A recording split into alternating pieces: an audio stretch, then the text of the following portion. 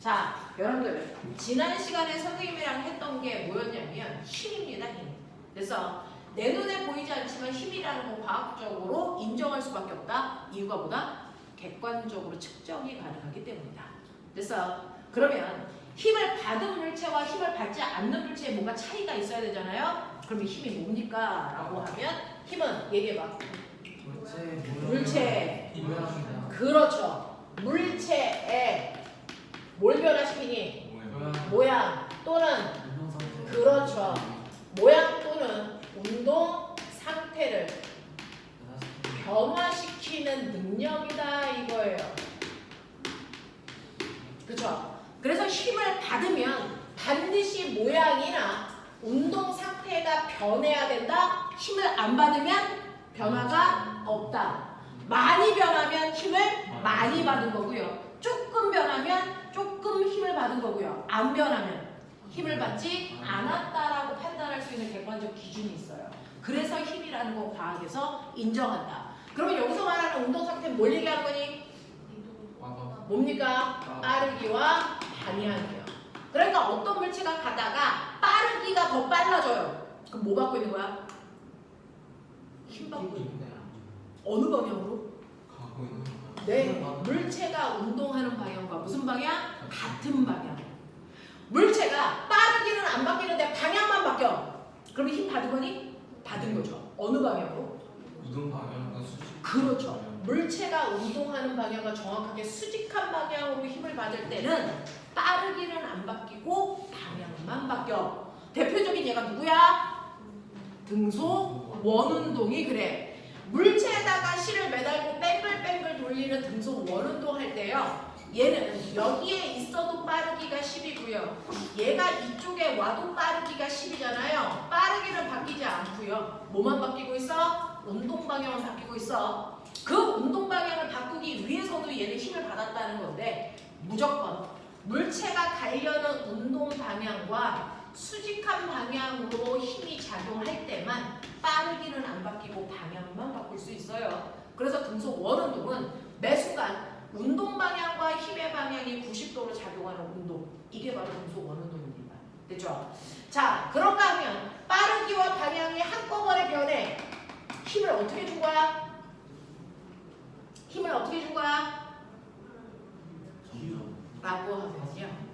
대표적으로 빠르기와 방향이 한꺼번에 바뀌는 운동 뭐 있어요? 물체 운동 방향과 비스듬하게. 그렇죠. 물체 빠르기와 운동 방향이 동시에 바뀌는 대표적인 예는요. 포물선 운동이라는 게 있습니다. 맞아요. 공이 이렇게 올라갔다가 내려가는 동안 포물선을 그리면서 움직여서 포물선 운동이라고 하는데 공이 여기 있던 이 공은 무슨 힘 받니? 중력이에요. 그러면 공이 날아가려는 운동 방향과 이때 작용하는 힘의 방향이 여러분들이 보시는 것처럼 같은 방향도 반대 방향도 수직한 방향도 아닌 나머지 방향을 뭐라 그런다? 비스듬한 방향. 그래서 힘이 이렇게 물체의 운동 방향과 비스듬한 방향으로 작용하고 있기 때문에 이 힘은 빠르기와 방향을 동시에 변화시킬 수 있다라는 겁니다. 무슨 말인지 알겠어? 네, 그래서 여러분들이 첫 번째 머릿속에 정리해 두셔야 되는 거 힘이라고 하는 거는요. 물체의 모양 또는 운동 상태를 변화시킬 수 있는 유일한 능력이다. 자, 그럼 힘 받았을 때 모양이 바뀌는 대표적인 아이 뭐 있어? 뭐 있습니까? 힘을 받으니까 모양이 바뀌어요. 누가 그래요? 야구공 맞죠? 치면 몸 바뀌는 이거 힘을 받을 때 모양이 바뀌는 대표적인 아이가 용수철. 기억납니까? 그 용수철은요. 힘을 받은 만큼 모양이 변해. 왜? 늘어나니까. 그래서 변형된 길이라고 얘기하잖아. 근데 용수철은요. 힘을 받았을 때 힘의 크기와 변형된 크기가 정확하게 무슨 관계를 가지고 있어?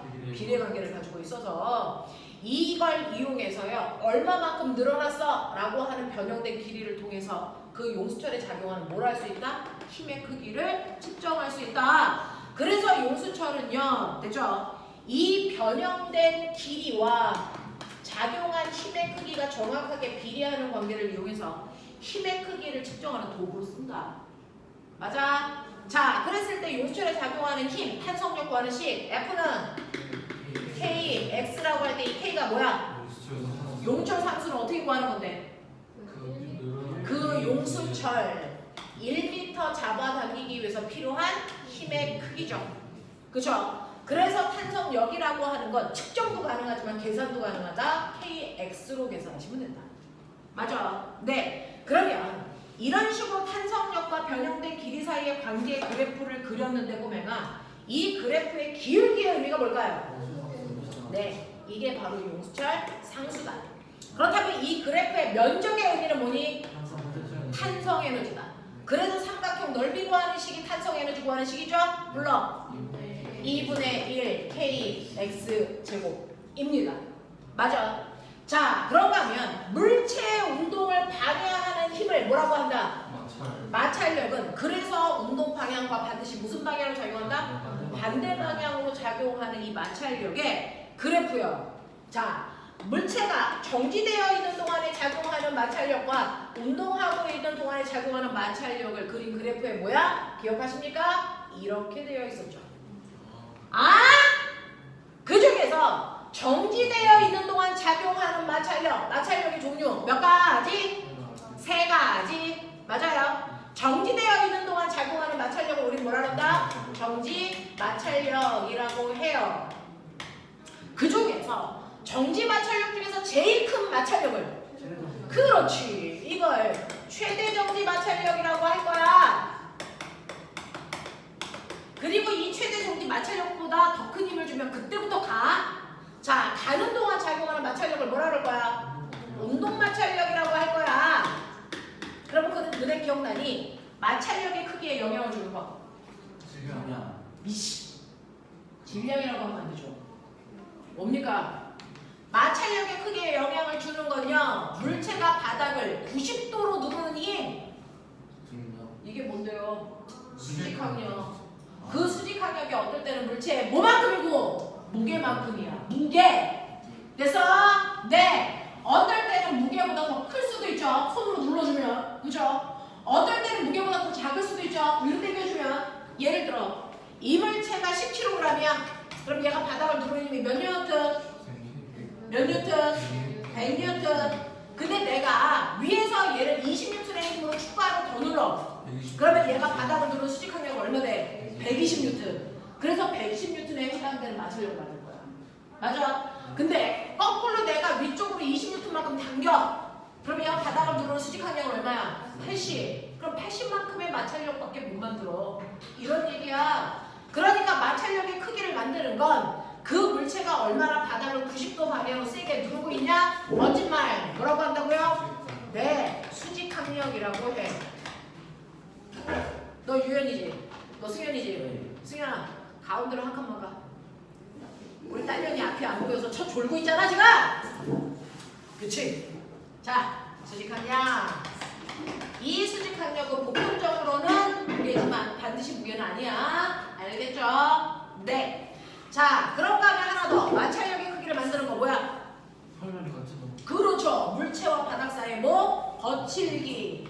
물체와 바닥 사이의 거칠기를 우리는 뮤라고 써. 이렇게 쓰는 거야. 뮤라고 쓰고요. 이거를 우리는 마찰 계수라고 부르는데, 정지되어 있을 때 작용하는 마찰 계수를 우리가 뭐라 그러니? 정지 마찰 계수. 됐어? 자, 똑같은 면에 있어도 물체가 가고 있는 동안 작용하는 거칠기를 표현하는 건 운동 마찰 계수. 누가 더 커? 무조건 정지 마찰 계수가 운동 마찰 계수보다 훨씬 커. 되겠어? 이게 0.3이라면 얘는 0.1 이 정도로 크기 차이가 정지 마찰 계수가 더 커요. 그러니까 자소서 쓸 때 왜 정지 마찰 계수가 운동 마찰 계수보다 클지를 자소서 소재로 써보시면 돼요. 이런 겁니다. 되겠어? 네. 그러면 마찰력의 크기를 결정하는 거 이 두 개야. 그럼 선생님 혹시요, 그 물체를 뉘어놨을 때 하고 이 물체를 세워놨을 때 중에서 누가 더 마찰이 커요? 같죠. 닿는 표면적으로 상관이 있다 없다. 이거 없어요. 됐어? 그럼 마찰력 구하는 식 F는 요거 두 개에 의해서 결정되니까 이 두 개 곱입니다. 그래서 마찰 계수에다가 수직 항력을 곱한 만큼이 마찰력의 크기를 됐어? 네, 계산할 수 있는 방법인데요. 그 중에서 자기가 생각해봐.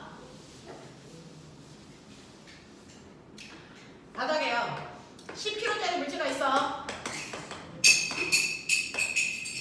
이 물체가 정지되어 있을 때 정지 마찰 계수가 0.3이래. 그리고 운동할 때 생기는 운동 마찰 계수가 0.1이래. 그럼 계산해볼게. 그래서 정지 마찰 계수를 집어넣어서 구하는 최대 정지 마찰력이 얼마일까요? 라고 하면 최대 정지 마찰력은요, 정지 마찰 계수에다가 수직 항력을 곱하면, 그래서 나와. 얘 정지 마찰 계수 얼마라고? 0.3. 수직 항력 얼마라고?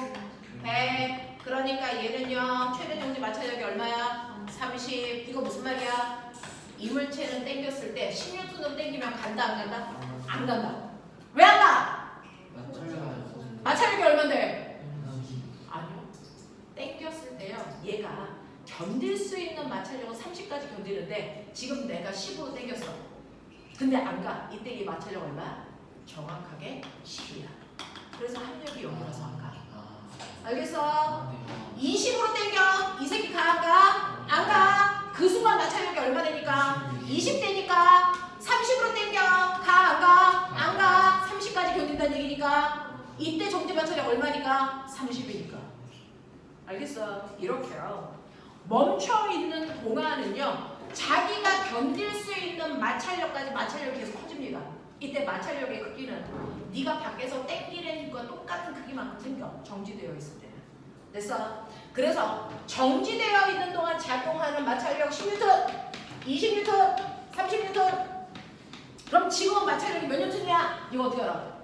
네가 지금 몇 N으로 땡기는지 보시면 그게 곧 마찰력입니다. 정지되어 있을 때. 그래서 정지되어 있는 동안 작용하는 마찰력은요, 계산하는 게 아니고요, 네가 밖에서 당기는 힘하고요, 똑같은 크기의 힘만큼 마찰력이 작용해요. 방향만 반대인 거죠. 알겠습니까? 네. 근데 그 중에서 이 새끼 언제까지 견뎌? 라고 하는 최대 정지 마찰력은 계산할 수 있어. 그걸 어떻게 계산하는 거야? 정지 마찰 계수에다가 수직 항력을 곱해서 계산해. 그러니까 얘는 30N의 힘을 줄 때까지는 안 갈 거야 라는 얘기입니다. 근데 내가 50의 힘으로 당겼어. 이제 갈까 안 갈까? 이제 가. 그래서 그럼 가고 있는 동안은 무슨 마찰력이 작용하니? 운동 마찰력. 운동 마찰력은 어떻게 구해? 단지 요것만 운동 마찰 계수로 바꿔주면 돼. 그래서 거기다가 수직 항력을 곱하면 운동 마찰력 나와요 라는 얘기야. 자, 그럼 운동 마찰 계수가 0.1이고 수직 항력이 100이니까 곱해봐. 운동 마찰력은 얼마야? 겨우 10이야. 됐어? 그래서 30이라는 최대 정지 마찰력보다 더 큰 힘을 주는 순간 가면서 그때부터는 마찰력이 얼마밖에 안 작용한다? 10밖에 작용하지 않는다. 그럼 내가 50으로 땡겼대. 그래서 애가 가고 있대. 가속도가 얼마일까? 라고 하는 가속도는 질량분의 알짜의 기억하니? 자, 저 새끼 질량 얼마야? 10. 그럼 이때 알짜의 건 얼마야? 40이죠. 왜? 내가 당기는 힘은 10이고요. 이때 가면서 운동 마찰력 얼마 작용한다고요? 10이요. 그러니까 알짜의 얼마입니까? 40입니다. 그래서 얘는 가속도가 얼마 된다? 4 된다. 라고 계산하시면 돼요. 이해돼? 이해돼? 오케이. 이렇게 되는 거죠. 자, 그러면 이런 식으로 우리는 마찰력, 탄성력 이런 거 알았는데요. 우리가 실제로 알고 있는 총 힘은 몇 종류로 얘기한다? 몇 종류야? 6개. 우리는요, 물체의 모양이나 운동 상태를 변화시킬 수 있는 힘이라는 걸 6종류로 얘기합니다. 그 6종류의 힘 뭐 있어요? 네, 여러분들이 알고 있는 부력도 있고요, 중력도 있고요, 또 지금 배운 마찰력도 있고요, 또 그렇죠, 탄성력도 있고요, 또 뭐 있어요? 당연히 전기력 있고요, 또 있어? 그렇죠, 자기력. 이렇게 6개의 힘을 중학교 1, 2, 3학년 동안 우리가 배울 거예요. 그 중에서 중학교 1학년 동안은 요만큼만 배운 거고 얘는 중학교 2학년 때 배운 거고요. 그래서 6개의 힘을 총 중학교 때 우리가 배웠는데 이러한 힘을 분류할 수 있다. 기억나죠? 자, 이 힘을 분류할 때 기준은요. 첫 번째, 반드시 접촉되어 있을 때만 작용하냐 아니면 떨어져 있어도 작용할 수 있냐, 이게 기준이죠.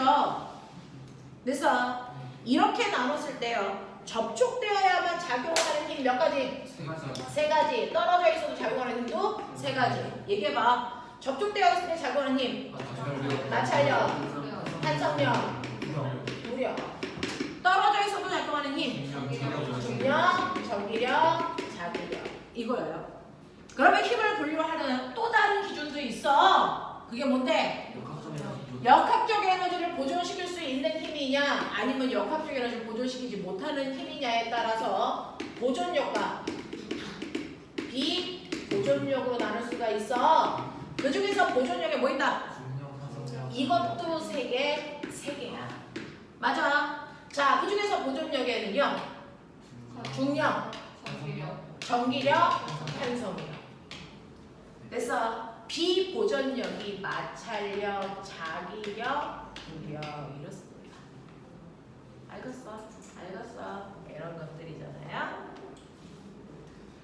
그 중에서 여러분들은요 탄성력과 마찰력에 대해서 배웠고요. 그 다음에 질량을 가지고 있는 물질들끼리 서로 작용하는 힘을 만유인력. 그걸 우리는 다른 말로 뭐라고 한다? 중력이라고 한다. 그래서 네, 근데 보면은 그거 하기 전에 요거 세 개의 힘을 또 분류할 수 있는 거 아세요? 중력, 전기력, 자기력을 또 나눌 수 있어. 중력이랑 그렇죠. 얘네들 이렇게 나누면요. 중력은 인력만 작용하는 힘이죠. 근데 전기력과 자기력은 인력이 작용할 수도 있고 청력이 작용할 수도 있습니다. 이렇게도 분류할 수 있어.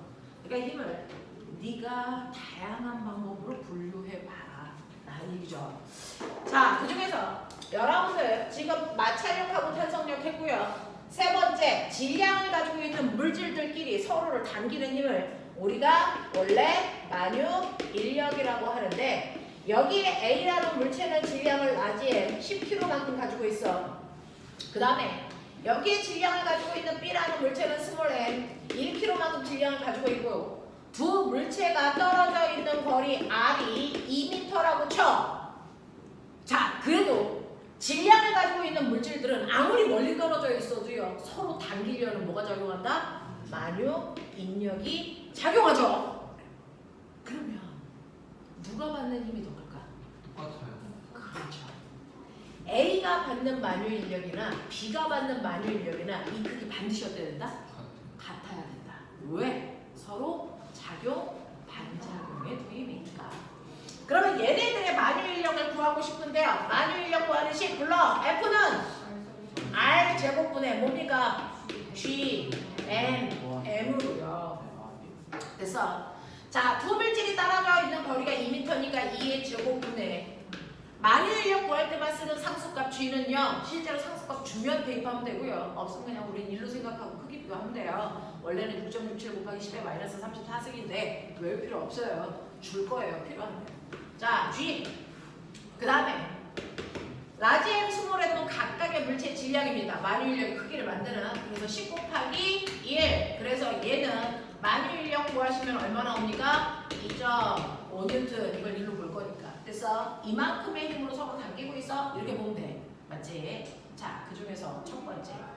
두 물체 사이의 거리는 어디부터 어디까지 될까요? 이게 중심부터. 무게중심에서 무게중심까지가 항상 물체 사이의 거리를 얘기한다. 알겠죠? 표면에서 표면까지 아니야. 무게중심에서 무게중심까지가 두 물체 사이의 거리를 얘기하는 거니까 그렇게 표현한 거고요.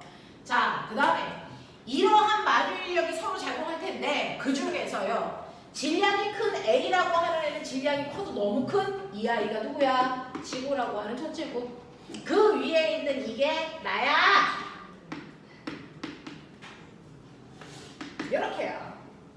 됐어. 네. 그러면 질량이 큰 물체 중에 하나가 지구와 같은 천체라면 천체와 물체 사이에 작용하는 만유인력을 우린 다른 말로 뭐라 그럴까? 중력이라고 한다. 그 중에서 우리는 누구의 중력받는 거야? 지구에 의한 중력받는 거고. 그래서 네, 달에 가면 달의 중력받을 거고 화성에 가면 화성의 중력받을 거잖아. 되겠어? 그러면 이런 식으로 지구와 나 사이의 중력을 구하고 싶은데 됐어? 지구와 나 사이의 중력을 구하고 싶은데 꼬맹아 좋은 거 산 졸음껌 부잣집 남자 아이들만 가지고 다닌다는 이 썩으로마! 못 가지고 좀 잘 살아보자.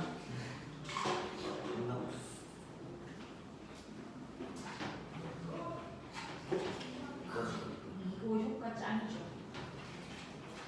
이게 없어. 이 효과 잘 살아서 이런 거 필요 없어요. 네, 저 팀장님. 이 효과 잘 살아서요? 제가 하나도 필요 없어요. 넌 안 돼. 네. 자, 그러면 지구와 나 사이에 서로를 당기는 만유인력은요. 내가 받는 중력이 클까? 지구가 받는 중력이 클까? 알죠? 작용반작용이니까. 그럼 그 중력도요 구해야 되는데 그러면 R은 뭘로 할까? 원래는 지구의 무게중심에서 나의 무게중심까지의 거리로 표현을 해야 되는데 지구의 반지름에 비해서 나의 배꼽까지의 거리는 의미 없는 크기죠. 그러니까 만유인력이 중력을 구할 때요 거리는 단지 그 천체의 반지름으로 집어넣으시면 돼요. 되겠어? 그리고 만유인력 상수에다가 라지 m은 지구 질량, 이건 나의 질량. 됐어? 이렇게 놓고 구하면 내가 지구로부터 잡아당기는 힘, 나의 중력이 나오죠. 맞아? 네, 지구가 나를 당기는 힘. 그러면 지구가요 이만큼의 힘으로 나를 당기면 난 당연히 내려가려고 땅바닥을 꾹 누르겠죠. 그러니까 나하고 땅바닥 사이에 체중계를 놓으면 나는 누굴 누르니? 체중계를 눌러요. 그만큼의 힘으로.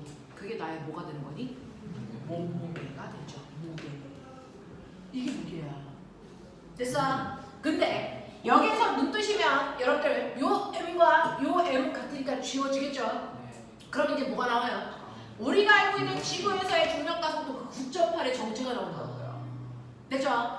우리가 알고 있는 중력과 속도라고 하는 그 아이의 정체는 사실은 지구의 반지름의 제곱분의 만유인력 상수에다가 지구의 질량을 계산한 값이다. 이거죠. 그래서 이걸 계산해 봤더니 이 값이 얼마 나온다? 이게요. 네. 사실은 9.78 얼마 무한소수로 나옵니다. 그래서 그걸 반올림 해서 얼마 쓴 거예요? 9.8. 그러니까 정확하게 9.8이 아니야. 아닐 바에는 한 번 더 반올림 하겠다고. 얼마? 10. 그래서 중학교 때는 이거, 고등학교 때 이거 쓴다고요. 알겠습니까? 그러면 내가 만약에 10kg짜리야. 지구에서의 무게는 얼마야? 100. 질량에다가 지구의 중력과 속도 곱하는 거야. 됐어? 그래서 질량에다가 지구의 중력과 속도를 곱해서 나는 100N의 힘을 받고 있어요. 이렇게 얘기한 거잖아. 근데 내가 지구가 아니고 달로 갈 거야. 그럼 달에 가면 뭐가 다르죠? 중력과 속도가 달라지죠. 달에 가면 이거 달값을 바꾸셔야 돼요. 됐어? 이거 달값을 바꿔야 돼. 그러면 중력과 속도의 크기가 달라지겠죠. 지구의 얼마? 6분의 1의 값이 나온다고요. 자, 6분의 1은 우리가 서로 감당하기 힘든 값이야. 16.1. 6분의 1인데 어떻게 저거 16점을 100N에다가. 자, 그래서 우리 하자고! 이 달의 중력과 속도를 6분의 1인 건 알아? 알고 있어? 우리는 그게 더 낫잖아? 그러면 달에 가면 10kg짜리 사람이 받는 중력의 크기는 얼마야? 질량 곱하기 달의 중력과 속도니까 얼마? 20N의 힘을 받네? 이런 얘기잖아. 그러니까 자, 같은 사람이라고 그 사람의 무게가 뭐에 따라서 장소에 따라서 뭐한다? 변한다. 변하는 이유는 중력과 속도가 달라졌기 때문이다. 알겠어? 이 얘기하는 거야. 이 얘기하는 거야. 자, 그러면 여러분들이 여기까지 하면서 알아둬야 되는 거 중학교 1학년 때 하는 거 다 하고 있어요. 자, 중학교 1학년 때 가장 중요하게 했던 거. 자, 그렇다면 질량과 무게를 비교해봐라. 자, 중학교 1학년 때 질량과 무게를 비교해서 뭐라고 설명했니? 해봐. 그렇죠. 질량은 장소에 따라 변하지 않는 무슨 값이다? 고유한 값이기 때문에 장소하고 상관없이 항상 같은 값, 일정한 값을 갖는다 이 얘기죠. 그러면 질량은 고유한 값? 무슨 값인데? 그럼 무게 얘기해봐. 무게는? 질량에다가 무게를 뭐라고 중학교 때 배웠니? 무게는? 맞는 그 팀의 그 중력과 속도의 무게는 중력의 크기다. 이렇게 아, 봤어요. 무게는 중력의 크기이기 때문에 뭐한다? 장소에 따라 변한다. 그 변하는 이유는요. 당연히 무게는 mg이기 때문에 변하는 건 m이 아니에요. m은 고유한값이 안 바뀌어요. 뭐가 바뀌는 거야? g가 바뀌어서 무게가 달라지는 거죠. 그러면 무게는 중력 때문에 생기는 거야? 네. 그래서 다시 말하면 무게는 중력의 크기를 얘기해 주는 거야. 나의 중력의 크기. 질량은 나의 무슨 크기? 그 고유한 값은 뭐의 고유한 값인데? 질량은 보면 관성의 크기. 정지관성의 크기. 아. 정지한 상태를 유지하려고 해요. 네. 밀어도 안 할 거야. 나 그냥 있을 거야. 라고 하는 정지관성의 크기를 숫자로 표현한 값이 질량입니다. 됐어요? 정지관성의 크기. 여러분들 급출발하면 몸이 어디로 쏠려요? 뒤로 쏠리죠. 이게 뭐예요? 정지관성이죠. 근데 여기 우리 됐어? 우리 있어요. 자, 자동차에 똑같이 앉아서 급출발했을 때 자기 몸이 쏠리는 정도가 다 같을까 다 다를까? 다 달라요. 왜? 너네들의 질량이 각각 다 다르니까. 예를 들어 얼음판에 강호동 아저씨 앉아 있어요. 100kg. 얼음판이 부서지지. 얼음판에 유치원생이 앉아 있어요. 20kg. 됐어요? 자, 그럼 강호동 아저씨하고 유치원생이 똑같이 얼음판에 앉아 있는데 얘네들이 움직일 때까지 내가 밀 거야. 그럼 움직이는 순간. 됐어? 움직이는 순간 얘네들한테 작용한 힘의 크기가 같을까 다를까? 전혀 다르죠. 누가 더 작은 힘으로 잘 밀려요? 네. 얘는 정지하려는 정지관성이 작기 때문에요. 잘 밀려요. 얘는 정지관성이 뭐합니까? 커요. 그래서 같은 힘으로 밀면 얘는 안 가요. 알겠어요? 라고 하는 그 자리에 그대로 있으려는 고집을 우리는 정지관성이라고 하는데 그 정지관성의 크기를 숫자로 표현한 걸 뭐라고 한다? 질량이라고 합니다. 됐어? 사람 몸을 얘기하는 고집이야 고집. 쟤는 고집불통이야. 이거 질량 크다는 얘기예요. 쟤는 순에서 고집이 별로 없어. 질량이 작다는 얘기예요. 알겠습니까? 고집입니다. 질량은 정지관성의 크기를 숫자로 표현한 거다. 그럼 얘는 장소에 따라 변하냐 안 변하냐? 안 변해요. 그래서 장소하고 무관하냐? 그럼 보면 장소하고 무관하다 했어? 자, 그러면 질량대는 저울. 네, 질량은요. 여러분들이 알고 있는 양팔저울로 질량을 측정합니다. 기억나? 네. 이 양팔저울은 다른 말로 무슨 저울이라고 해도 돼? 위접시 저울. 그래서 이걸로 재는 게 질량이야. 그러면 무게는 뭘로 재? 용수철저. 멋져? 이걸로 재지? 자, 질량의 단위. 네, 질량의 단위는 킬로그램, 그램, 미리그램 이거죠? 네. 무게의 단위는 뉴턴이죠. 또 무게 단위는요. 아까 얘기한 것처럼 질량에다가 그 천체의 중력가속도 곱하면 되는 거죠. 그래서 질량에다가 그 천체의 중력가속도를 곱하세요. 그래서 내 거야. 킬로그램 중이라고 읽어요. 됐어? 네. 그러니까 2kg짜리에 무게가 얼마입니까? 2kg 중 이렇게 하면 2kg에다가 그 천체의 중력가속도 곱해 그 뜻이야. 됐어? 그러면 2kg은 지구에서는 몇 뉴턴? 20뉴턴을 그냥 이렇게 쓰는 거야. 알겠어? 네. 2kg에다가 지구의 중력가속도 얼마니까? 10이니까 이거 곱하기 싫어. 귀찮아. 됐어? 그래서 곱해서 원래는 20이라고 써야 되는데 그렇게 쓰기 귀찮아서 그냥 20kg에다가 그 천체의 중력가속도 곱하세요. 라는 뜻을 이렇게 쓴다고요. 그래서 이것도 무게의 단위라고 표현한다. 알겠냐? 이런 것들이거든요. 그러면 이러한 어떤 물체를 양팔저울에 올려놓고 수평을 맞췄어. 여기 지구야. 여기 달이야. 여기 우주야. 중학교 1학년 교과서에 이렇게 되어 있죠. 이거 가지고요. 이 상태를 그대로 달로 가져가. 수평이 깨지니 그대로니? 그대로죠. 왜? 질량은 변하지 않으니까. 이거 가지고 무중력 상태인 우주를 가져가. 수평 깨져 안 깨져? 안 깨져. 그대로 유지됩니다. 질량은 변하는 게 아니야. 됐어. 무기재는 저울, 용절 저울에다가 애새끼 매달아가지고요. 지구에서 쟀어. 이거 가지고 달로 가. 뭐가 달라질까? 길이 늘어난 늘어난 길이가 짧아져요. 6분의 1로 줄죠. 네. 됐습니까? 이 얘기야. 이 얘기야. 알겠어? 이게 그 유명한 중력가속도. 그래서 그 아이의 정체고 이게 무게인데 그럼 뭘 돌려? 뭘 돌려요? 자, 실제로요. 지구는요. 어떤 모양이니? 살짝 네, 완벽한 구야? 아니요. 아니죠. 네. 타원체죠. 네. 어느 쪽 반지름이 더 커요? 적도 적도 쪽이에요? 극지방이에요? 적도 쪽. 네, 그래서 적도 쪽이 더 긴 적도 타원체예요. 과장해서 그리면 이래. 알겠어? 중심에서부터 적도까지의 반지름의 크기가 중심에서 극지방까지의 반지름의 크기보다 훨씬 길다고요. 그래서 적도가 길어서 적도 타원체라고 한다고. 적도가 왜 길어졌을까? 적도가 왜 길어졌지? 맞아요. 지구가 대단히 빠른 속도로 자전하니까 이 새끼가 밖으로 튕겨나가려는 원심력 때문에 바퀴도 길어지는 거죠. 자, 그럼 지금도 자전하고 있죠? 그럼 지금도 길어져? 계속 길어지는 안 그래. 왜요? 저건 지구가 어떤 순간이 있었다는 증거야. 아 이제 원심력에서 잡아당기님이랑 안쪽으로 가려고 이게 같은. 어떤 순간이 있었냐면 지금도 똑같은 빠르기를 돌아요. 지금도 원심력이 있어요. 하지만 지금은 절대로 크기가 변하지 않습니다. 속도가 똑같아서. 저건 지구가 히라스한테 배웠죠. 지구가 너무 뜨거워 액체 상태인 지구의 형태가 있었어요. 마그마 바다, 말랑말랑한 상태. 그랬을 때 돌리니까 길어지는 겁니다. 너네 피자 모두요.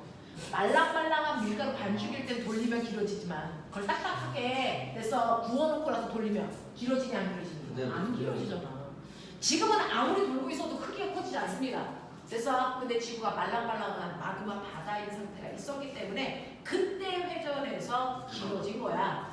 그러니까 이렇게 나타나는 걸 통해서 지구에는 액체 상태의 마그마 바다가 존재했었다는 걸 얘기합니다. 됐죠? 자, 그럼 어쨌든 이렇게 돼. 그러면 이 중에서요. A라는 사람이 여기 있어. 그게 B라는 사람은 우리나라에 있어. 중위도. C라는 사람은 적도에 있어. 근데 얘명한 무게를 재더니 다 똑같이 600N이야. 이 새끼도 600N으로 나오고요. 이 새끼도 600N으로 나오고요. 이 새끼도 600N 나왔어. 그럼 얘네들을 한 지점에 다 모아. 누가 제일 무거울까? 적도 있는 애가 제일 무거워. 실제로는요. 얘가 제일 무거운 애예요. 왜냐하면 사실은 그래서 무게는 mg잖아요. 이때요. 중력 가속도는 r 제곱분의 뭐예요? 중력 가속도는요. r 제곱분의 gm이잖아요. 그 중에서 반지름이 길수록 중력 가속도는 뭐예요? 작아요. 그러니까 얘는 중력 가속도가 5밖에 안 된다면 얘는 중력 가속도가 8이고요. 얘는 중력 가속도가 얼마야? 10이야. 이런 얘기야. 그러니까 똑같은 10kg짜리 물체가 있다고 쳐봐. 적도에 있어 10 곱하기 중력 가속도 10. 얘는 얼마로 나와야 돼? 100N. 그치? 근데 중위도는요 10 곱하기 8 얼마? 80N밖에 안 나와. 질량 똑같다면 자 적도는 10 곱하기 얼마야? 5, 50N밖에 안 나와. 중력 가속도와 위치가 다 달라요. 지구가 완벽한 구형이 아니라서. 근데 자 이렇게 계산한 값이 일정해요. 그래서 그러면 중력 가속도가 작은 애에 해당되는 질량이 뭐여야 되니? 커야 된다는 거죠. 그래서 그러니까 C가 제일 무거운 아이야. 그래서 실제로는 C가 제일 무거워. 그 다음 B야. 그 다음 누구야? A야. A가 제일 가벼운 아이였네. 이런 얘기입니다. 되겠죠? 여러분들 숙제를 해준 책에 있는 문제인데요.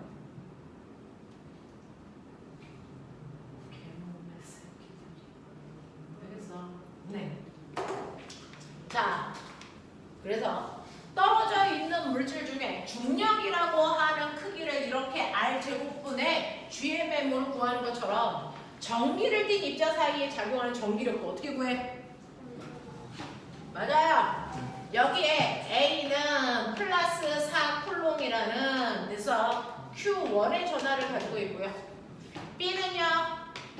마이너스 2쿨롱이라고 하는 마이너스 Q2라는 전하를 가지고 있는 I가요. 두 입자 사이에 떨어져 있는 거리가 R이라면 전기를 띤 입자 사이에는 뭐가 작용해? 전기력. 근데 한 놈은 플러스고 한 놈은 마이너스니까 인력작용할까 청력작용할까? 1년. 그렇죠. 그러면 그 중에서 A가 B를 당기는 힘이 클까? B가 A를 당기는 힘이 클까? 똑같아요. 같아. 작용 반작용이니까. 풍력하고 똑같아. 이때 전기력 반응식 F는 그렇죠. 마디유리랑 똑같다니까. R의 제곱분의 뭐야? 여기에다가 질량 대신에 전화량만 집어넣으면 돼. 됐어? 그리고 K는 상수야. 전기력 구할 때만 쓰는 상수. 필요하면 또 줘. 9 곱하기 10의 무슨이야. 이런 거 외울 필요 없어요. 됐죠? 자, 그래서 전기를 띠고 있는 입자들 사이에 서로 당기는 힘. 자, 질량을 가지고 있는 입자 사이에 서로 당기는 힘. 이거 각각 구하는 방법 보여드렸고요. 오늘은요. 여러분들 하셔야 됩니다. 접촉해야 작용하는 힘 중에서요. 모든 반이 다 처음 배우는 게 있습니다. 부력이라는 힘입니다. 됐어요? 자, 면접에서 생각보다 많이 나옵니다. 중학교 1학년 때 부력을 실제로 부력이라는 게 있어는 배웠지만 그걸 계산하는 방법 이런 거 배우지 않잖아요. 그거 물리 1에도 없어요. 물 2에도 없어요. 일반 물리에 있어요. 근데 면접에서 더럽게 많이 나옵니다. 영재도 과학도. 알겠습니까? 자, 했어? 부력 관식? 그럼 뭐 대단한 학교예요. 정신 나가는 학교예요. 자, 여러분들이 알아둬야 되는 접촉해야만 작용하는 마지막 힘이 부력이라고 하는 겁니다. 그러면 보면 탄성력이 뭐야? 탄성력 뭐야? 변형된 물체가 제자리로 되돌아가려는 힘을 탄성력. 마찰력은? 물체의 운동을 방해하는 힘. 그럼 부력은? 그러니까 부력은 물체 속에 있는 물체가 중력과 반대 방향으로 물체가 아니고 물체에 자, 유체 속에 있는 물체의 중력과 반대 방향으로 작용하는 힘. 그래서 유체 속에 있는 물체의 중력과 반대 방향으로 작용하는 힘을 부력이라고 해요. 그럼 부력은 당기는 힘이야, 미는 힘이야? 밀어 올리는 힘이야. 그래서 그럼 꼬맹아 여기서 유체는 뭔데? 유체. 아이씨. 유체는요. 눈에 거 기억나? 중학교 1학년 때 배웠지. 고체인지 액체인지 기체인지를 판단하는 가장 쉬운 방법. 모양이 그렇지. 모양과 부피 변화를 봐라. 됐어? 네. 고체는 가만 놔도 모양이 변해 안 변해? 부피는 크기 변해 안 변해? 안 변해. 그래서 모양도 일정, 부피도 일정한 아이를 우리 뭐라 그럴까? 고체라고 한다. 이해되죠? 그럼 액체는요? 받는 용기에 따라서 모양이 쉽게 뭐한다? 변한다는 거잖아요. 부피는? 안 변해요. 이러면 액체야. 그치? 자, 기체는요? 모양과 부피가 쉽게 변하는 성질을 가지고 있는 게 기체야. 이거잖아. 그치? 그 중에서요. 모양이 바뀌는 성질을 우리는 과학에서는 흐르는 성질이 있다 이렇게 표현하는데 자, 흐른다를 한문으로 바꿀까? 유. 그래서 네. 모양이 쉽게 바뀌는 물체들을요. 우리는 한국말로 흐르는 물체라고 하고 한자로는 유체라고 부른다. 그래서 유체는 액체와 기체를 부르는 말이야. 됐어? 네! 그러니까 액체나 기체 속에 있는 물체는요. 반드시 위로 떠밀려 올리는 힘을 받습니다. 그걸 부력이라고 해요. 그래서 우리 쉽게 예를 들게요. 이렇게 어떤 물 속에 물체를 넣더니 이 새끼가 여기서 정지되어 있어. 정지되어 있다는 걸 함량 얼마? 0. 멋진 말로 힘의 무슨 상태? 평형 상태. 그렇죠? 그러면 얘는요. 당연히 무슨 힘을 받을까? 네, 중력이라는 힘을 받았지만 합력이 0인 거죠. 이유는 중력과 무조건 반대 방향으로 중력과 같은 크기의 힘을 받았다는 얘기입니다. 그거의 정체가 뭡니까? 부력입니다. 이렇게 유체 속에 있는 물체가요. 그래서 중력과 반대 방향으로 밀어 올리는 힘을 받게 되는데 이걸 바로 유체가 만든 부력이라고 한다. 이걸 부력이라고 해요. 그래서 자, 그러면 이 부력이라는 거, 이 새끼가 받는 부력의 크기가 얼마냐? 지금은 정체 상태니까 중력과 같은 크기잖아. 그러면 부력을 어떻게 계산해요? 중력을 우리가 초딩 때부터 했어요. 이물체가 용서받는 부력이요. 부력을 알 수 있는 방법은 세 가지가 있습니다. 그 중에서 하나를 초딩 때 배웠습니다. 그러면 넘치는 자, 맞나? 뭐가 있냐면요. 공기 중에서 이물체에 대해서 무게를 재니까 얘 100N이래.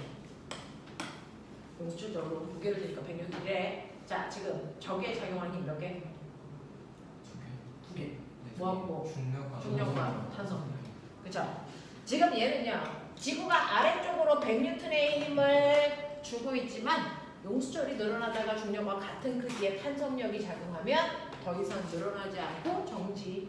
그래서 위쪽 방향으로 잡아당기는 탄성력도 정확하게 100N이었다는 얘기야. 맞지?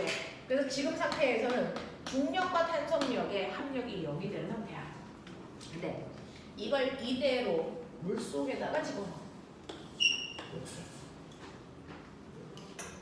그랬더니요. 용수철이 늘어난 게 줄어들어요. 그래서 용수철에 가리키는 탄성력이 얼마냐면 100이 아니고 70으로 줄었어요.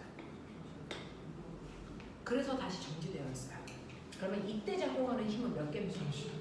이때 작용하는 힘은 몇 개니? 3개예요. 뭐 작용할까요? 중력 그대로 100. 그래서 탄성력은 얼마? 70. 그러면 위쪽으로 작용하는 나머지 30N의 힘이 뭐야? 부력이야. 알아. 그래서 부력은요. 알 수 있는 방법이 세 가지가 있는데 첫 번째, 공기 중에서 물체의 무게를 재서 물 속에서 물체의 무게를 빼면 이만큼이 뭐가 된다? 부력의 크기다 이 뜻입니다. 그래서 공기 중에서의 무게가 100이고요. 물 속에서의 무게가 70이래요. 그래서 100에서 70을 빼니까 부력이 얼마나 얘기입니까? 32. 이해돼? 그럼 꼬매나 생각해봐. 지금부터는 새로운 걸 배우는 게 아니고 여러분들이 확장하는 거니까 이 밑에 저울이 있었다고 치자. 사고력, 수동 문제. 자, 맨 처음에요. 이물체 넣기 전에 물과 비커의 무게가 합쳐서 200N. 근데 이물체를 집어넣습니다. 그래서 얘는 비커의 바닥에 닿지 않죠. 그래서 물속에 다 들어가 있는 상태야. 그랬을 때 부력이 30이었어. 그러면 얘를 넣었을 때 이 저울의 눈금이 바뀔까 안 바뀔까? 안 바뀐. 안 바뀌지 않을까요? 안 바뀌고 이 힘이 이렇게 같게 결국에는 위로도 그만큼 바뀌니까 안 바뀌지 않을까? 바뀐다 안 바뀐다? 안 바뀐다. 안 바뀐다. 문경 바뀌어 안 바뀌어? 그냥 자기 생각을 얘기하는 거예요. 저는 안 바뀐다 생각. 바뀔 것 같아? 얼마 될 것 같아?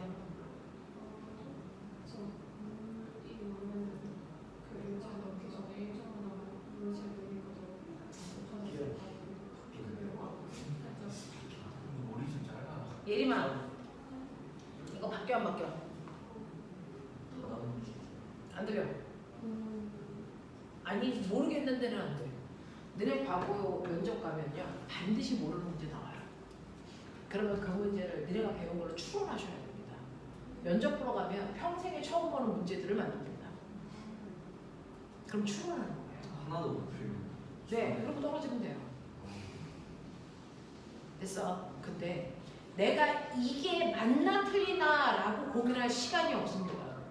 내가 얘기한 게 얘기해서 맞을 수도 있고 틀릴 수도 있지만 말을 안 하면 100% 틀린 거잖아요. 말을 하셔야 돼요.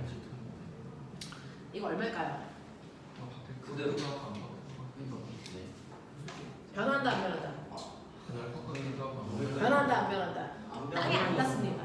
안 변한다 안 변한다? 안 변한다. 변합니다. 오. 이거 230입니다.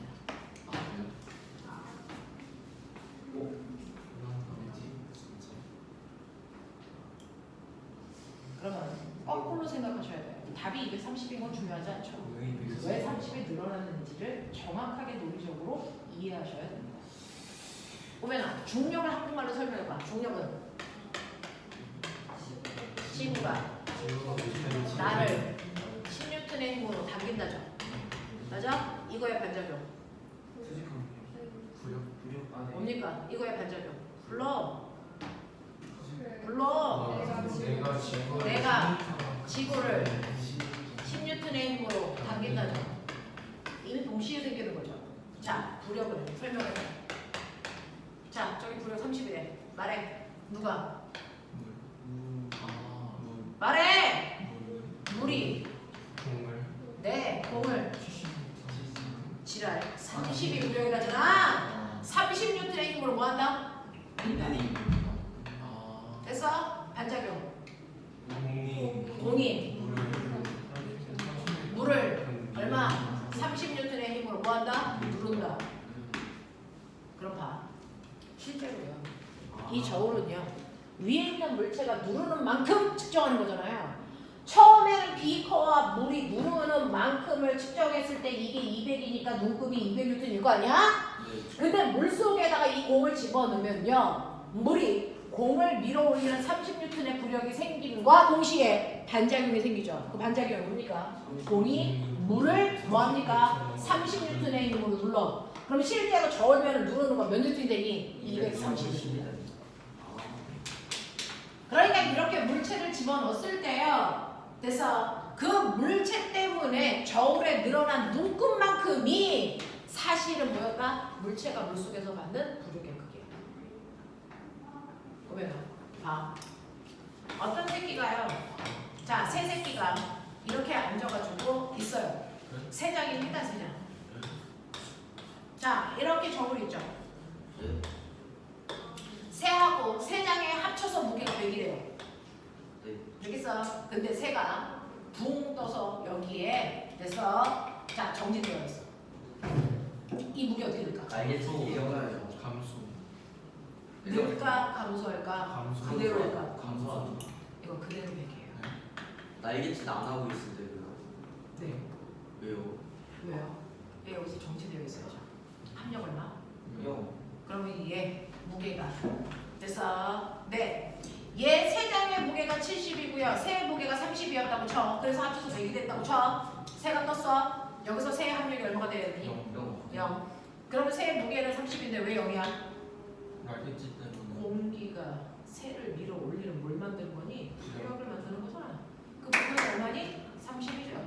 네.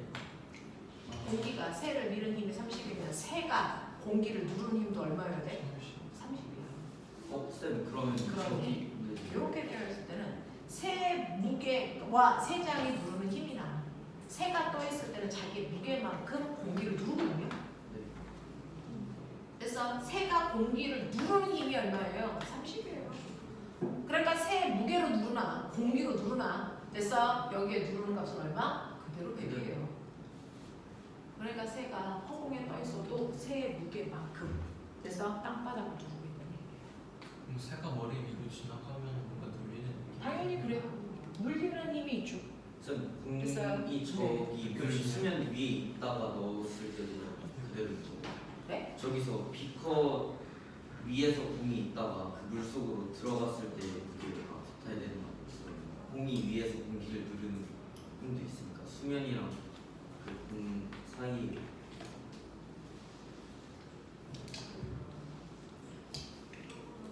얘가 네, 그 위에 그렇게 있다가 안에다가 항상 물은요 공기가 누르고 있어요. 이걸 기압이라고 하죠.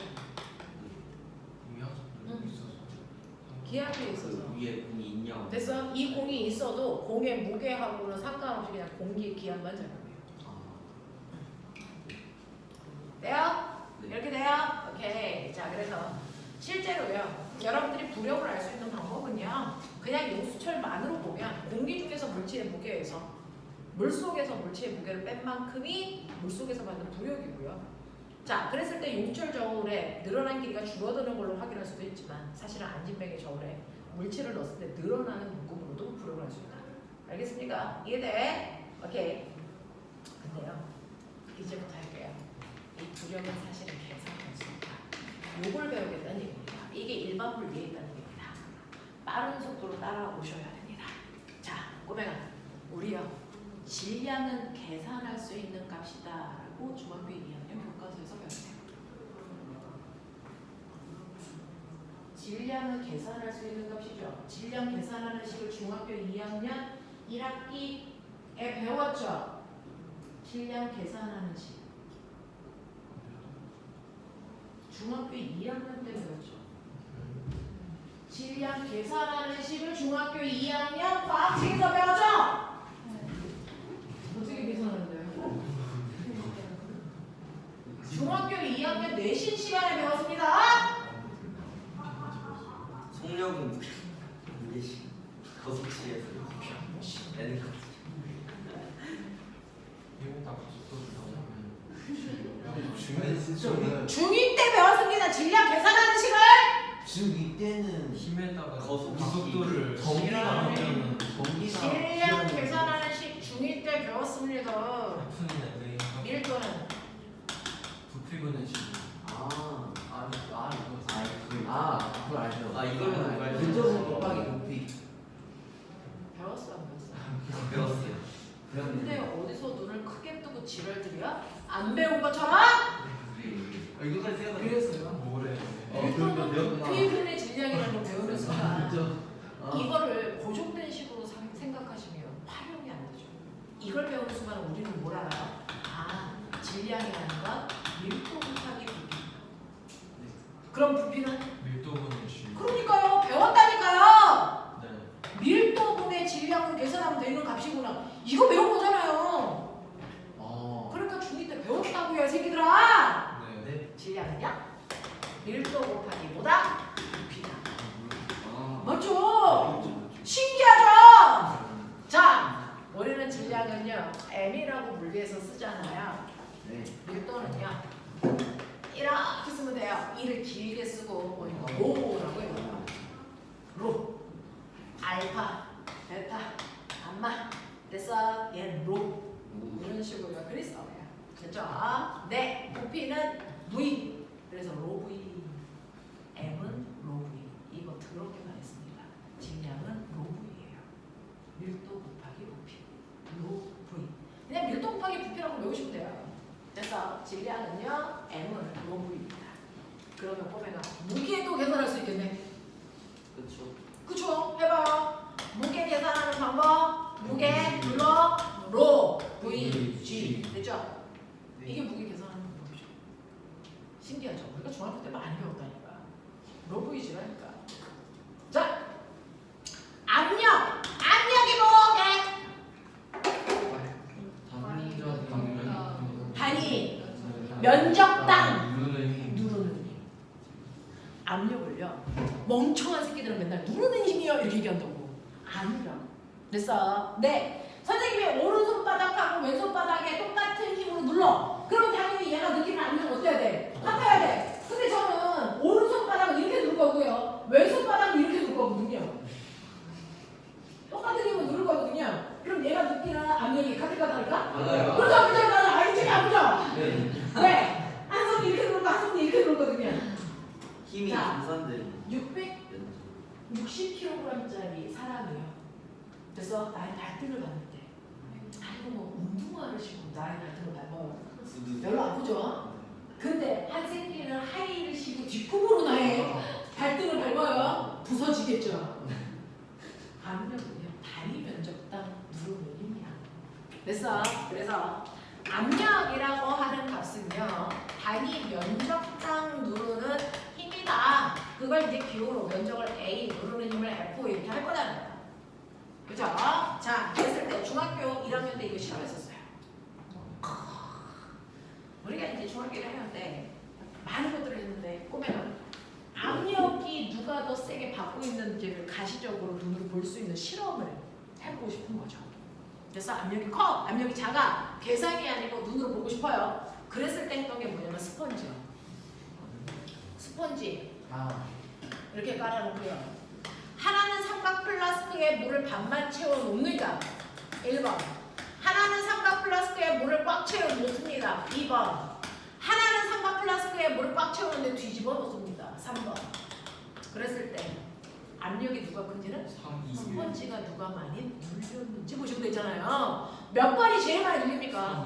3번이요. 그 다음 2번이요. 그 다음 1번이요. 그렇다면 얘하고 얘 중에서 얘 압력이 크다는 얘기죠? 네.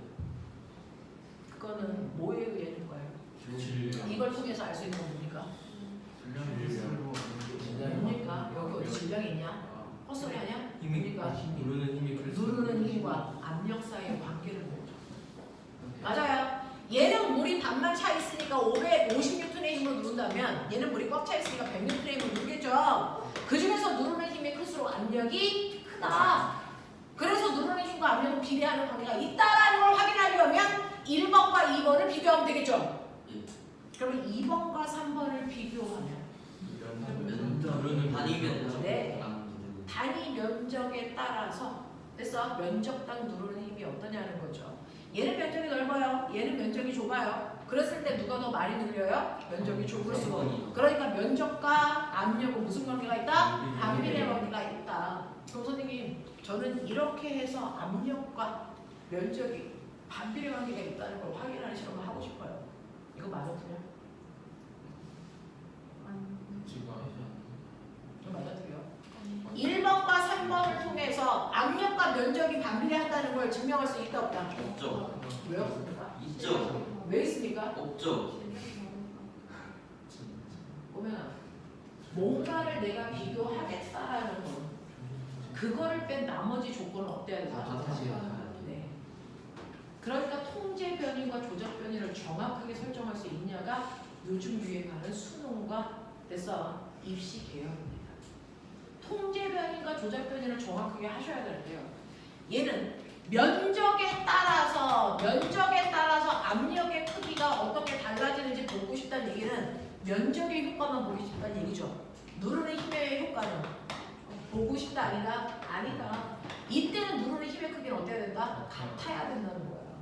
됐죠? 자, 그래서 누르는 힘은 똑같게 해야 되니까 얘는 무슨 변인? 얘는 무슨 변인? 통제 변인. 똑같게 하는 걸 통제 변인.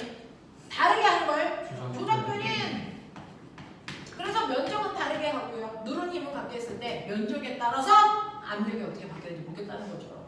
그래서 면적에 따른 압력의 크기 비교는 2번과 3번을 비교하셔야지 1번과 3번을 비교하는 건 말도 안 된다. 알겠습니까? 이런 얘기입니다. 이해돼? 1번과 3번은 무게도 달라요. 그러니까 면적에 따른 효과만 볼 수는 없다라는 얘기입니다. 되겠죠? 자, 그래서 우리는 이런 식으로 압력이라는 건 단위 면적당 누르는 힘인데 자, 보편적으로요. 이렇게 물체, 가장 심플한 경우를 보여드리면 정립면체입니다. 정립면체 물체를 올렸을 때 얘가 바닥에 작용하는 압력의 크기를 보는 건데 이때 이 물체의 윗면, 아랫면의 면적 똑같을 거야. A, 높이 H. 그래서 부피가 V라고 치자. 납득? 네. 자, 그러면 이 물체가 바닥에 작용하는 압력은 면적분의 힘이라고 해서 그럼 머리는 좋게 F는 MA라고 그렇게 많이 외웠죠? 근데 F를 구할 수 있는 또 다른 식도 보여드린 거죠. F는 뭡니까? P.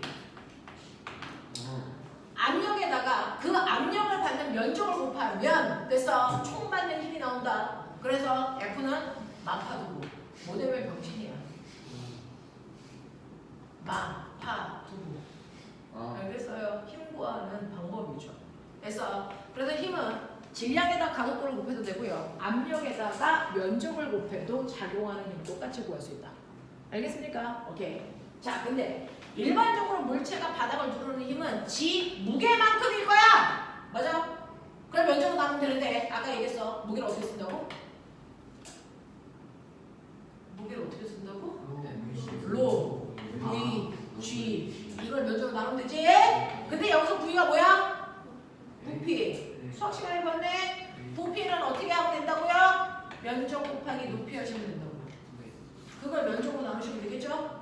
그럼 이제 뭐가 보여? 날라가. 됐어? 그래서 압력 구하는 식이 뭡니까?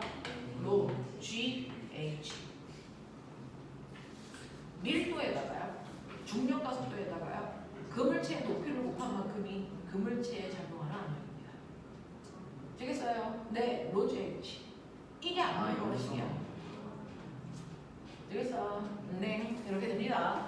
그래서 여러분은요, 부력이라는 걸 이해하려면 먼저 우리가 일상적으로 사용했던 것들을 다른 표현으로 할 수 있어야 된다.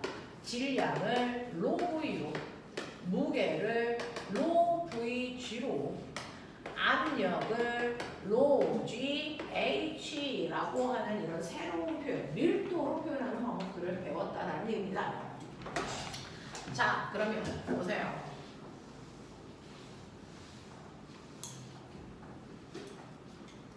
이렇게 물속에요. 물이 들어가 있는데 여기다가 물체를 이렇게 넣은 겁니다. 윗뚜껑, 아랫뚜껑의 면적 A고요. 높이 H고요. 자, 물속에 들어가 있는 아이는 압력이 인이 없니? 무슨 압력 받아요? 수압 받죠.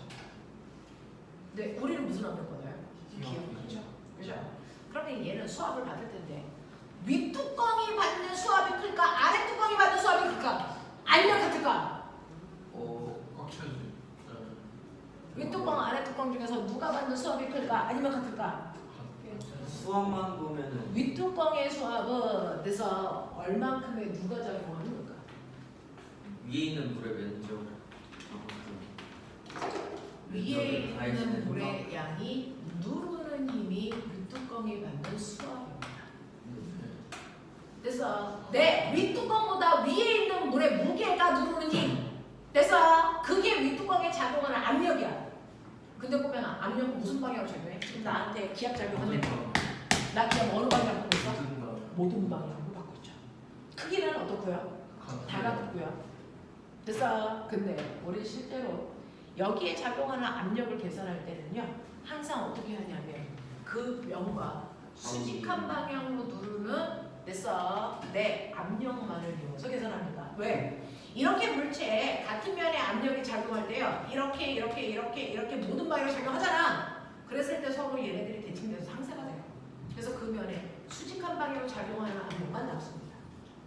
그래서 모든 물체가 받는 압력은 그 면의 수직한 방향으로 누르는 힘, 이게 압력이야. 그 면에 작용하는 압력. 그러니까 윗뚜껑에 작용하는 압력은 요것만 표현하면 돼요. 알겠어? 그러면 아랫뚜껑의 압력은? 아랫뚜껑은 아랫뚜껑보다 위에 있는 이만큼의 물이 누르는 압력이야. 무슨 말인지 알겠어? 그럼 윗뚜껑을 누르는 압력이 크니 아랫뚜껑을 누르는 압력이 크니? 아랫뚜껑을 누르는 압력이 훨씬 커. 자, 어느 방향? 이 아랫뚜껑의 압력. 그 면과 수직한 방향이니까 그 면을 수직한 방향으로 누르는 힘이야. 그러니까 물 그러니까 여기에 압력 어느 방향으로 작용할까? 이씨, 병신들아. 이 면에 수직한 방향으로 물이 눌러. 여기는 물이 누른다고 어떻게 해? 이렇게 눌러 이 새끼들아. 이 물이 통 안에 들어있어? 밖에 있잖아. 그 안에 밖에 있는 물이 누르는 힘이잖아. 그러면 이 뚜껑 어떻게 눌러야 돼? 수직한 방향으로 밖에서. 됐어? 위로 올려야지. 그러니까 아래 뚜껑에 작용하는 압력은 이 방향으로 작용한다고. 알겠어? 친구예요. 옆 뚜껑에 누르는 압력 이렇게 작용하지 이 새끼야. 고민을 해. 근데 옆 뚜껑에 누르는 압력은 서로 크기가 같으니까 못 되겠어. 상쇄. 그래서 우리가 무시하는 거야. 위아래가 상쇄가 돼? 위에 있는 물은 요만큼인데 아래에 있는 물은 이만큼인데 크기가 같아? 전혀 달라. 어느 쪽 압력이 크다고? 아래 뚜껑 압력이 훨씬 커. 그럼 보면은 그 압력에다가 아까 마파도 면적만 곱하면 누르는 뭐가 되니? 힘. 면적만 곱하면 누르는 힘이야. 그럼 어느 쪽 힘이 커? 아래. 위에 힘, 아래 힘? 아래. 아래 힘이 더 커. 그러면 이 물체가 받는 합력은요? 당연히 큰 힘에서 뭘 빼면 되니? 작은 힘을 빼면 합력이 나올 텐데 그게 어느 방향이야? 위쪽 방향이죠. 그게 바로 뭘까요? 우리가 구하는 부력입니다. 됐어. 그래서 부력은 윗뚜껑에 작용하는 압력과 아랫뚜껑에 작용하는 압력의 차이인데, 됐어. 반드시 아랫뚜껑의 압력이 크기 때문에요. 부력은 무조건 중력과 무슨 방향으로 작용한다? 반대 방향으로 작용할 수밖에 없어요. 중력과 반대 방향으로 작용합니다. 그래서 이게 바로 부력을 구하는 방법인데, 자 그럼 봐. 자, 압력 관식. 이렇게 보일 수 있는 압력 관식. 로 A분의 G H 로 G H. 됐어요. 자, 그러면 로 G H인데 보면 잘 봐.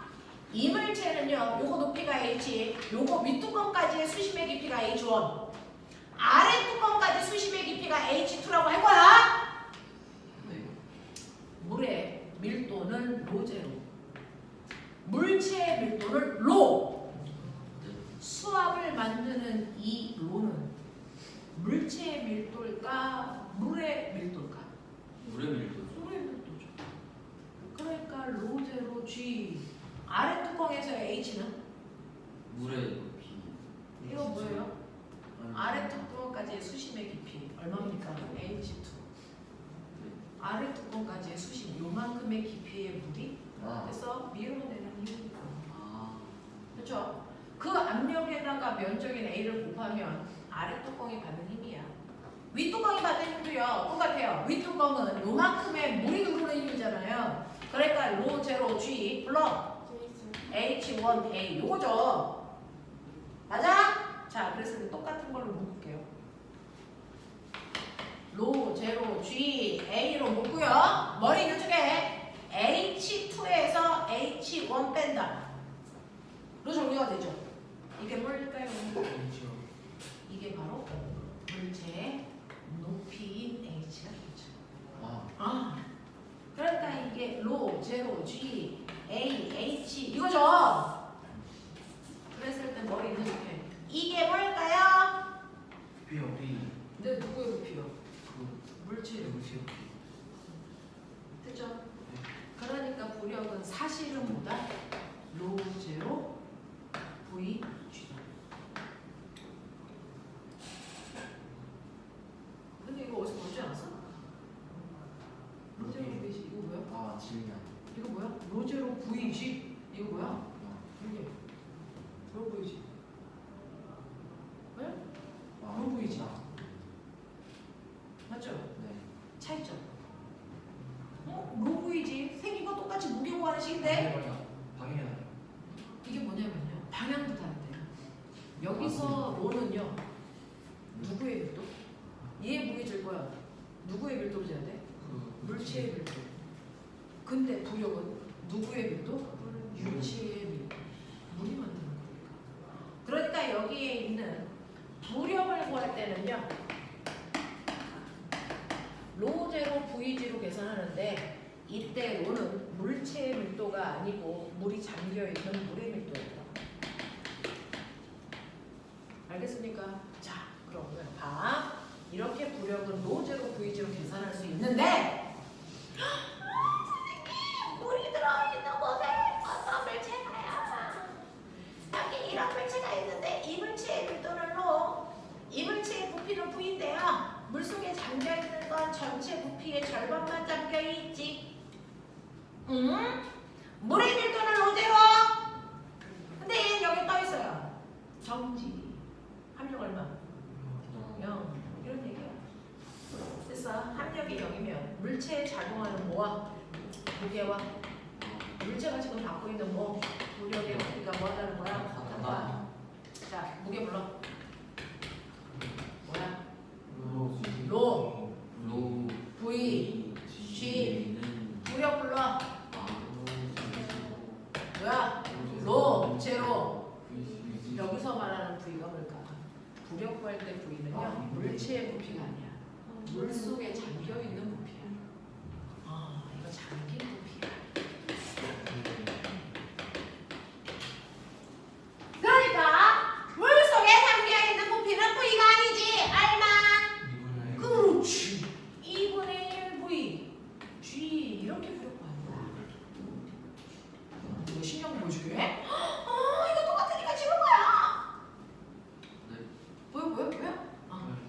그러면 물체의 밀도와 물체의 부피를 곱한 값이 유체의 밀도에다가 잠긴 부피를 곱한 값이랑 반드시 어때야? 같아야 문제가 떠있어. 근데 부피비가 몇 대 몇이니? 2대 1이지. 그럼 밀도비가 얼마여야 되니? 1대 2죠. 물체의 전체 부피와 잠긴 부피의 비율의 역수가 밀도비입니다. 그럼 너 그거 알아? 물의 밀도가 얼마? 물의 밀도가 얼마? 1. 물 위에 얼음 뜨는 거 알아요? 얼음의 밀도가 얼마죠? 0.0. 물의 밀도는